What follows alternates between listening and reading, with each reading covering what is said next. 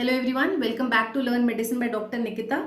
अब हम क्या करते हैं, टेट्रासाइक्लिन के लेक्चर को थोड़ा सा आगे लेकर जाते हैं and let's start discussing about the pharmacology, pharmacokinetics, uses और उसके बारे में बाकी जो भी डिस्क्रिप्शन मैकेनिज्म हमने पिछले लेक्चर में कवर किया है। And please do like, share and subscribe our videos if you are finding them fruitful, आपको इन्फॉर्मेटिव लगते हो, और अगर आपको लग रहा है कोई भी चीज हम और कवर कर सकते हैं, please drop that in the comment section. Thank you. चलिए अब हम पढ़ लेते हैं टेट्रासाइक्लिन्स के फार्माकोलॉजी के बारे में। तो ये हमने पिछले लेक्चर में डिस्कस करा था 30S, 50S, tRNA, E site, P site and A site के बारे में।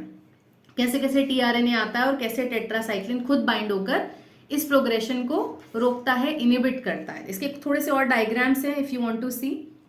तो ऐसे बाइंडिंग हो रही थी। एयूजी का मतलब क्या होता था, हमारा स्टार्ट कोडॉन। ये हमारा स्टार्ट कोडॉन है जो पूरे के पूरे प्रोसेस को स्टार्ट करेगा। टेट्रासाइक्लिन खुद आकर ए साइट से बाइंड हो जाएगा और किसी भी और टीआरएनए को बाइंड करने से रोकेगा। इसलिए इसका एक्शन कैसा था, बैक्टीरियोस्टैटिक, सिर्फ और सिर्फ उसकी ग्रोथ को लिमिट करना, नॉट साइडल एक्शन बाकी एंटीबायोटिक्स में पढ़ेंगे। तो again these are some repetitive diagrams for help, तो आपको और अच्छे समझ में आ जाएगा। इसकी हम बात करते हैं एंटी माइक्रोबियल स्पेक्ट्रम कैसा है। टेट्रासाइक्लिन का पहले लेक्चर में हमने डिस्कस करा था, ये कैसा है, एक ब्रॉड स्पेक्ट्रम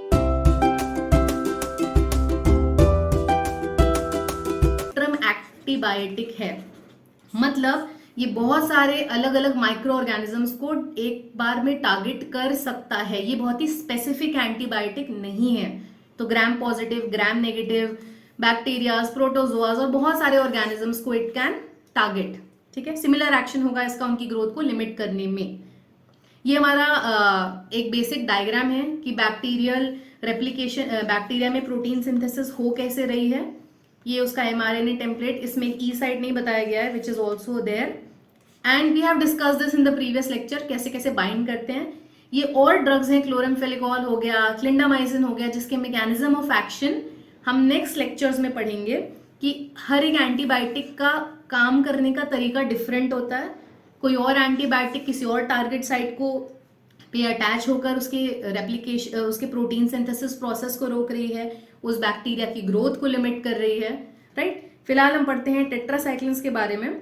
तो tetracyclines are incompletely absorbed from the gastrointestinal tract, मतलब पूरी तरह से ये जीआई ट्रैक्ट से अब्सॉर्ब नहीं होते हैं। मोस्ट कंप्लीटली अब्सॉर्ब टेट्रासाइक्लिन कौन सा है, मिनोसाइक्लिन एंड डॉक्सीसाइक्लिन, जो 95 से 100% अब्सॉर्ब हो जाता है। क्लोर टेट्रासाइक्लिन 30% तक अब्सॉर्ब होता है। एक क्वेश्चन आता है टेट्रासाइक्लिन को टेट्रासाइक्लिन क्यों कहते हैं। तो अगर आप इसका केमिकल स्ट्रक्चर पढ़ते हैं, जो कि आई श्योर आपने मेडिसिनल केमिस्ट्री में पढ़ा होगा, तो इसमें आपको ऐसे 4 रिंग्स दिखाई देंगे। Tetra stands for the word 4, cyclin 4 cyclic rings. ठीक है, तो टेट्रासाइक्लिन की सबसे अच्छी पहचान ये है कि उसमें 4 साइक्लिक रिंग्स प्रेजेंट होते हैं, that is why it is called tetracycline. Tetracycline का अब्जॉर्प्शन फास्ट होता है एम्प्टी स्टमक में, इसलिए इसको एम्प्टी स्टमक में प्रिस्क्राइब करा जाता है। एक बहुत ही कॉमन, अभी हम इसके एडवर्स रिएक्शन पे भी आते हैं कि when it is prescribed, when it is not prescribed.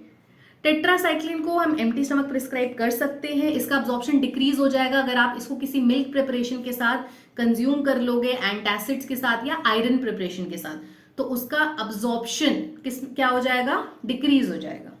Doxycycline, minocycline, जिनका भी हमने पढ़ा था कि अच्छा अब्जॉर्प्शन रेट होता है, उनकी हाफ लाइफ है 15 to 25 आवर्स, मतलब 15 to 25 आवर्स में वो अपने कंसेंट्रेशन का हाफ रह जाएगा ब्लड में। That is what it means. Plasma protein binding of tetracycline is 40 to 60% and disposal कैसा होता है इसका, रीनल या फिर बाइलरी एलिमिनेशन के थ्रू, मतलब किडनीज के थ्रू या फिर लिवर के थ्रू इसका मेटाबॉलिज्म होकर ये क्या होती है, हमारी बॉडी से मेटाबोलाइज होने के बाद एक्सक्रीट हो जाती है। Classification of antibiotics tetracyclines, either they are, या तो ये शॉर्ट एक्टिंग होते हैं, या फिर ये इंटरमीडिएट एक्टिंग होते हैं, या फिर ये लॉन्ग एक्टिंग होते हैं। मतलब दीज ड्रग्स या तो इनका ड्यूरेशन ऑफ एक्शन, मतलब अगर मैं बात कर रही हूँ क्लासिफिकेशन किस बेसिस पे कर रहे हैं, तो ये कितनी देर तक इनका एक्शन हमारी बॉडी में रहता है। अगर ये शॉर्ट एक्टिंग है तो 6 to 8 आवर्स में इनका एक्शन कंप्लीट हो जाएगा and they will be excreted, like chlor tetracycline, tetracycline, oxy tetracycline. Intermediate action का आपकी बॉडी में इफेक्ट रहेगा 12 घंटे तक। इसके एग्जाम्पल्स लिखे हुए हैं डेमेसाइक्लोसिन, मेथासाइक्लिन, और लॉन्ग एक्टिंग में आ जाएंगे जिनका एक्शन रहता है 16 to 18 आवर्स, जैसे भी हमने पढ़ा था डॉक्सीसाइक्लिन, मिनोसाइक्लिन। और इनके साथ एक चीज और हमने पढ़ी थी कि डॉक्सीसाइक्लिन और मिनोसाइक्लिन का क्या होता है, they have good absorption rate, अभी हमने पढ़ा था 95 to 100%। और टाइजीसाइक्लिन का हाफ लाइफ है 36 आवर्स। तो ये इसके कुछ काइनेटिक पैरामीटर्स हैं। तो क्या करना है हमें, क्या क्या चीजें भी हमने पढ़ी हैं, जल्दी से रिवाइज कर लेते हैं कि हमें इसको एम्प्टी स्टमक प्रिस्क्राइब करना है, राइट। अगर हम इसको किसी भी मिल्क प्रिपरेशन, एंटासिड या फिर किसी भी आयरन प्रिपरेशन के साथ देते हैं तो इसका अब्जॉर्प्शन रेट क्या हो जाता है, डिक्रीज हो जाता है। मिनोसाइक्लिन, डॉक्सीसाइक्लिन कुछ एग्जाम्पल्स हैं जिनका अब्जॉर्प्शन रेट बहुत हाई है, 95 to 100%। बाकी टी हाफ डिपेंड करता है ड्रग टू ड्रग। एंड हमने ये भी बात पढ़ी है अभी कि जो हमारे ड्रग्स हैं टेट्रासाइक्लिन का क्लासिफिकेशन या तो ये शॉर्ट एक्टिंग होते हैं, इंटरमीडिएट एक्टिंग होते हैं या फिर लॉन्ग एक्टिंग होते हैं, ठीक। कम ड्यूरेशन तक आपकी बॉडी में इफेक्ट शो करेंगे और थोड़ा इंटरमीडिएट, एवरेज और या फिर लॉन्ग लास्टिंग इफेक्ट होगा इसका। तो अगर जैसा भी उसका एक्शन होगा उसी हिसाब से हम ड्रग का रीडोज करते हैं, है ना। आपको कुछ होती है ड्रग्स जो दिन में एक बार लेनी है, कोई 2 बार लेनी है, like that. Okay, adverse effects क्या है टेट्रासाइक्लिन के। तो सबसे पहला मेरे दिमाग में एक साइड इफेक्ट आता है जो अभी हम आगे पढ़ेंगे, दैट इज नहीं, अच्छा इधर मेंशन है परमानेंट डिसकलरेशन ऑफ टीथ। इसलिए कभी भी किसी प्रेग्नेंट फीमेल को या फिर किसी भी यंग चाइल्ड को, देखो यहाँ लिखा है pregnancy, infancy and childhood up to 8 years of age, this drug is not given, क्योंकि इसका एक चीलेटिंग एक्शन होता है। इसका केमिकल नेचर की वजह से इसका चीलेटिंग एक्शन होता है। और एनामिल, जो हमारा टीथ का एनामिल होता है, इसमें ये डिसकलरेशन कॉज कर देता है। तो बहुत सारे लोगों को आप देखेंगे जिनके ब्राउन एक पैचेस बने होते हैं टीथ पे, दैट इज बिकॉज ऑफ उन्हें कभी ना कभी या तो उनको या जब वो फीटस थे तब उनकी मदर को टेट्रासाइक्लिन दिया गया होगा, which causes a permanent discoloration of teeth. तो this is one very strong side effect. इसके से हम डिफ्रेंशिएट भी कर सकते हैं विद अदर एंटीबायोटिक्स। तो ये जीपैट में क्वेश्चन आता है तो इसको मार्क कर लो। गैस्ट्रोइंटेस्टिनल, जीआई इरिटेशन कॉज करता है, abdominal discomfort, nausea, vomiting and diarrhoea. And retardation of bone growth, again अभी मैंने बताया था ये कॉम्प्लेक्स फॉर्म करता है चिलेटिंग प्रॉपर्टी की वजह से। अपने टेट्रासाइक्लिन कैल्शियम कॉम्प्लेक्स बन जाता है और बोन में भी कैल्शियम प्रेजेंट होता है। Again tetracycline calcium orthophosphate complex बना देता है, जिसकी वजह से बोन की ग्रोथ क्या हो जाती है, सप्रेस हो जाती है या फिर रिटार्ड हो जाती है। तो अर्ली चाइल्डहुड में इसको प्रिस्क्राइब नहीं करा जाता है। तो अगर हम यहाँ पे एक्सप्लेनेशन पे आ जाते हैं तो 2 चीजें हमें याद करनी है इसमें इंपॉर्टेंटली।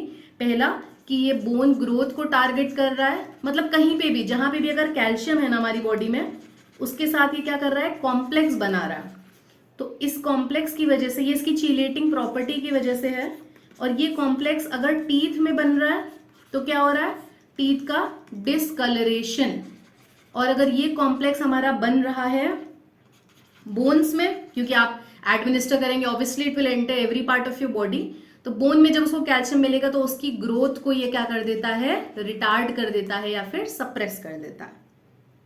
ठीक है, नेक्स्ट हम आ जाते हैं एडवर्स इफेक्ट्स। और इसके क्या है, फोटो सेंसिटिविटी, ये भी इसका एक इंपॉर्टेंट साइड इफेक्ट है। ये भी आपका जीपैट में क्वेश्चन पूछा गया है, फोटो सेंसिटिविटी। तो ये ड्रग जैसे कि हमारा डॉक्सीसाइक्लिन या मिनोसाइक्लिन हो गया, ये क्या, या फिर हमारा डेमेक्लोसाइक्लिन, ये तीनों ड्रग्स क्या करते हैं, फोटो सेंसिटिविटी कॉज कर सकते हैं।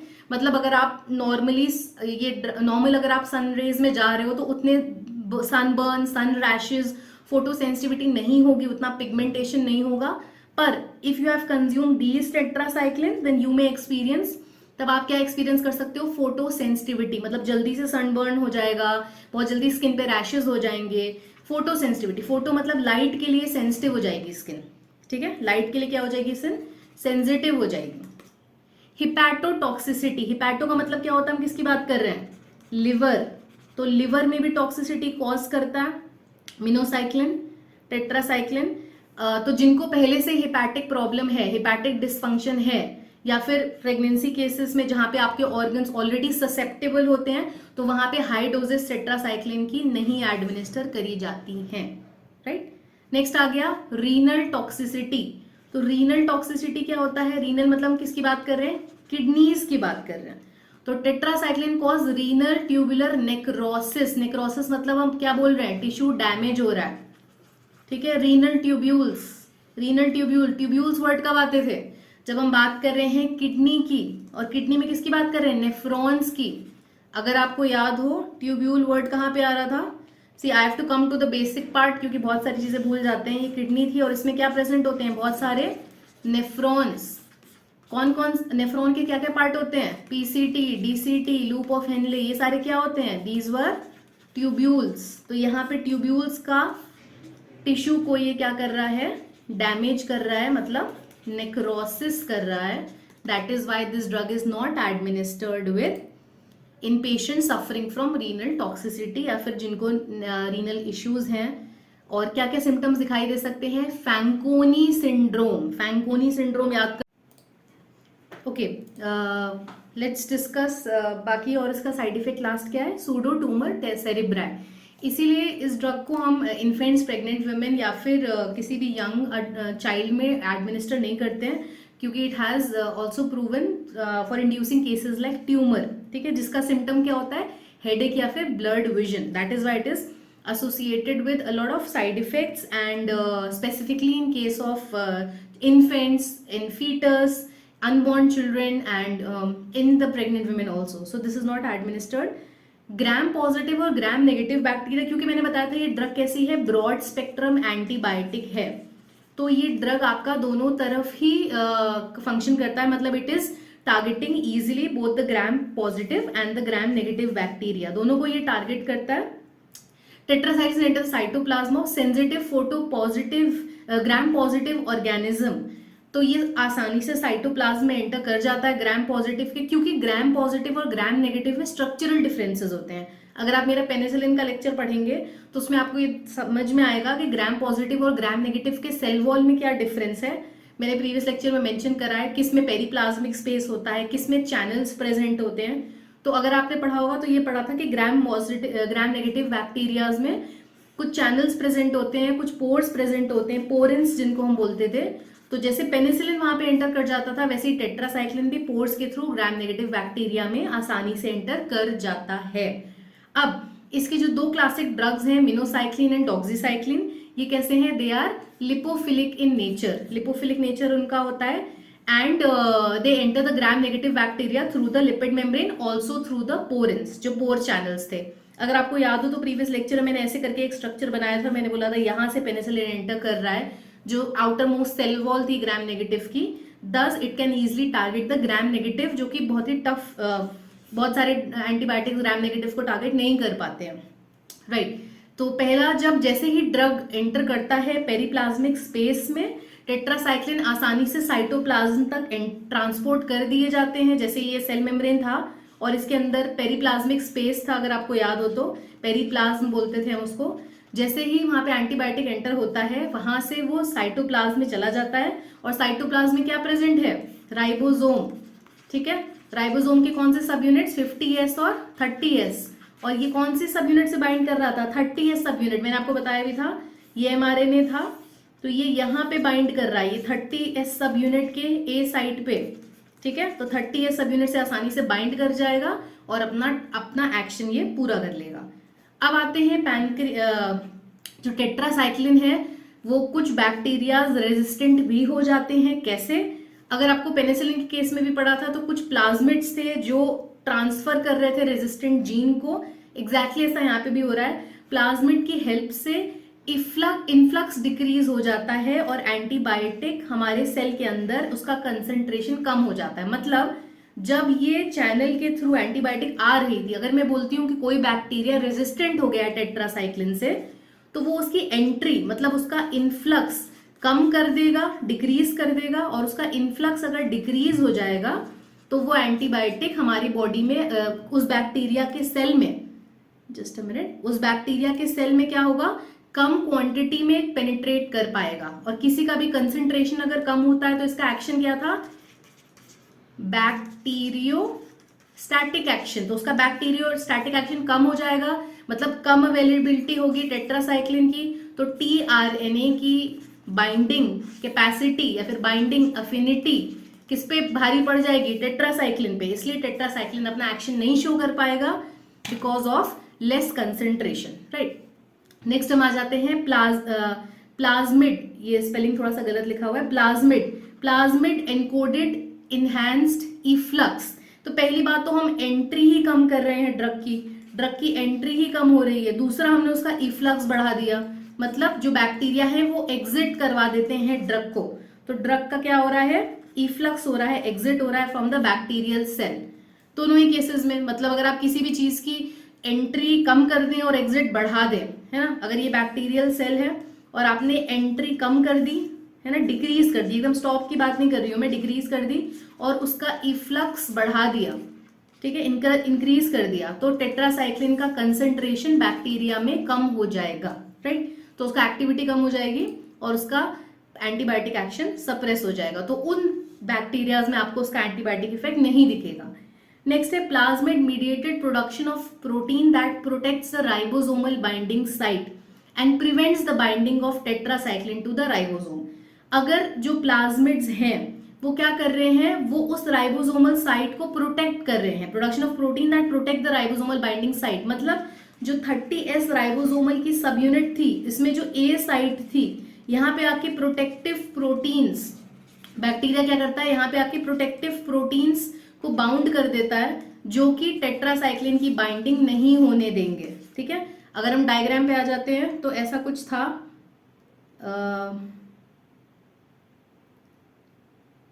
जस्ट अ मिनट, हाँ ठीक है, हम इधर ही देख लेते हैं कि अगर हम यहाँ पे बात करते हैं कि ये साइट हो गई और ये साइट आपकी अवेलेबल ही नहीं है टेट्रासाइक्लिन के लिए, तो टेट्रासाइक्लिन बाइंडिंग कैसे करेगा, तो टेट्रासाइक्लिन का फंक्शन क्या हो जाएगा, इनएक्टिव। या फिर कुछ ऐसे एंजाइम्स बैक्टीरिया रिलीज करते हैं जो टेट्रासाइक्लिन को डीएक्टिवेट कर देता है या फिर इनएक्टिव कर देता है, उसको केमिकली डिस्ट्रॉय कर देता है, and then tetracycline obviously will not show its action, ठीक है। ये हो गए इसके साइड इफेक्ट्स।